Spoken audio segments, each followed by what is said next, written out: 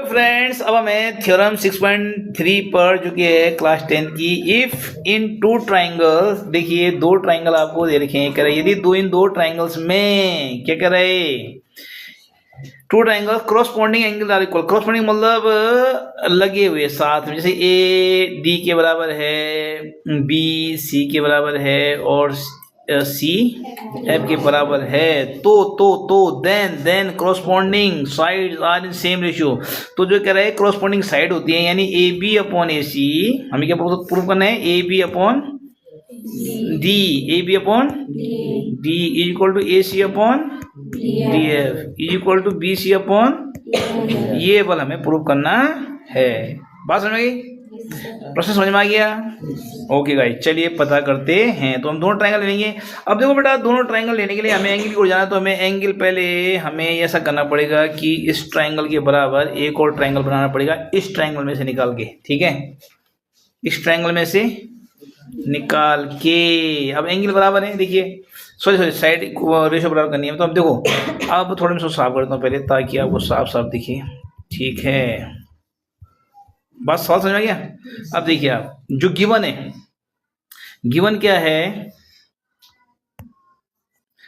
A angle A is equal to angle D, angle B is equal to angle E and angle C is equal to angle, ठीक है, given है। बात समझ में आ गई? और इसी से हमें आगे बढ़ना है। अब हमें आगे इस तरह से बढ़ना है कि हमें रेशो सेम बराबर करना है, ठीक है। तो पहले हम क्या करेंगे कि इस ट्रायंगल के बराबर यहाँ एक ट्रायंगल बना देते हैं। ये कैसे बनता है, अब देखिए। अब हम क्या करते हैं कि ए बी के बराबर हम एक लाइन लेते हैं पी डी, डी पी मान लीजिए आप, और ए सी के बराबर हम एक लाइन और ले लेते हैं, उसका नाम है डी क्यू, ये कट कर लेते हैं हम, ठीक है।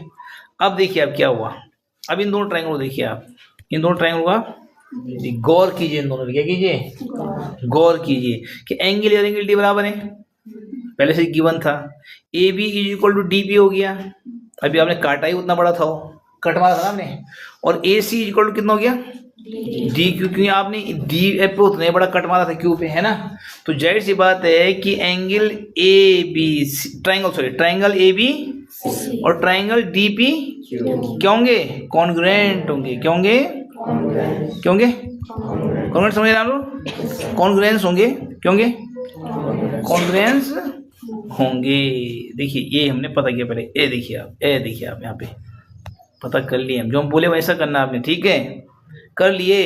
तो लिखा देखो, इन्हें ट्रायंगल ये दोनों लिए, एंगल दे रखे हैं ऑलरेडी बराबर हैं, तो हमने कट किया, हमने डी बी और ए बी को डी क्यू, हमने ए सी बराबर कट किया, तब हमने बोला, इसीलिए हमने बोला ज्वाइन, हमने पी क्यू ज्वाइन किया, तो फिर एंगल ऑलरेडी बराबर थे ना, तो हमने बोला भैया ये ट्रायंगल कॉन्ग्रुएंस दिस ट्रायंगल, ठीक हो गया।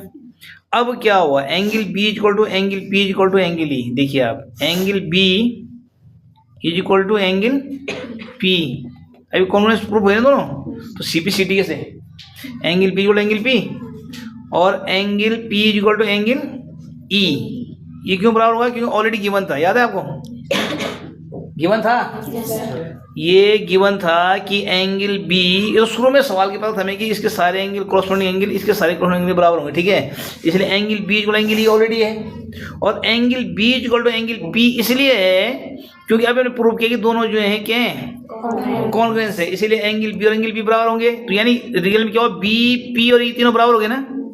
ऐसे आप इधर बोलेंगे कि सी क्यू और ई बराबर एफ बराबर हो गए, बोल लेंगे, कोई दिक्कत? बात समझ में आ गई? मतलब हर बात बोलने का हमें कारण पता होना चाहिए, यही है बस प्रूफ करने वाले क्वेश्चंस में ये होता है कि हमें हर बात बोलने वाली पता होनी चाहिए। तो देखिए, तो ये हो गया साहब। अच्छा अब यहाँ समझिए आप, चलो लिखा हो तो आप कर लीजिएगा, ये मैं जो लिखा हुआ है वो ये बोल रहा हूँ आपके सामने, ठीक है। उसके बाद क्या होगा, जब आपने बोल दिया कि ये एंगल और ये एंगल बराबर है, बोला था ना हमने, तो जाहिर सी बात है जब ये एंगल बराबर हैं, तो जो क्रॉसपेंडिंग एंगल बराबर है, तो जाहिर सी बात है कि पी क्यू पैरेलल टू ये, तब बोलेंगे आप ये दोनों लाइनें पैरेलल है। जब आपने ये एंगल बराबर कर दिए, तुक्का नहीं मारना है, हमने इसके बराबर इसको कट मारा था, इसके बराबर इसको कट मारा था, तो बात ठीक है, लेकिन हमें ये कभी नहीं बोला कि बी सी के बराबर जो है पी क्यू है, बोला हमने, बोला सी पी सी टी के साथ बोल सकते हैं हम, जब हमने कॉन्ग्रुएंस प्रूव करे तब बोल सकते थे हम कि B C is equal to P Q, बोल दिया। लेकिन ये नहीं बोल सकते हम कि पी क्यू पैरेलल टू ये पैरेलल प्रूफ तभी हो जाए मैंने दोनों एंगल बराबर प्रूफ कर लिए, और हमने कहा कि कॉरस्पॉन्डिंग एंगल बराबर होते हैं, इसलिए दोनों लाइनें क्या हैं, पैरेलल है। बात समझ में आ गई? इतनी बात समझ में आ गई? जब पैरेलल है तो आपको पता है ये अपॉन ये, या ए अपॉन पूरा ले लेंगे, क्योंकि पूरा पूरा पूरा ट्राइंगल लेना ना मैं, तो आप एक छोटी साइड ले लीजिए, डी पी अपॉन डी और D Q upon D F. अब डी पी को आप जो है ए भी लिख सकते हो, तो A B upon D E, ये चाल चलिए हमने पहले क्या कहा, D P upon D D F D P upon, और इसी डी पी को हम क्या लिख सकते हैं अब, तो ए बी अपॉन डी। आई बात समझ में? और हमने इसके बारे में काटा था ना, तो यानी चलो D Q upon D F, और डी क्यू को क्या लिखेंगे हम, तो ए सी अपॉन डी एफ, ए सी अपॉन। आई बात समझ में? दोनों, और अब ये दोनों पैरेलल थे और ये दोनों इक्वल है, तो जाहिर सी बात है B C upon E F, क्योंकि ये अपॉन ये करेंगे ना आप, ये अपनी तो थर्ड साइड होती है और ये दोनों बराबर हैं, तो पी क्यू क्या लिखेंगे हम, B C upon E F. हो गए तीनों साइड पैरेलल इक्वल।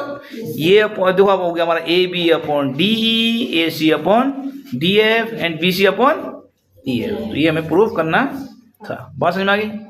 पक्का?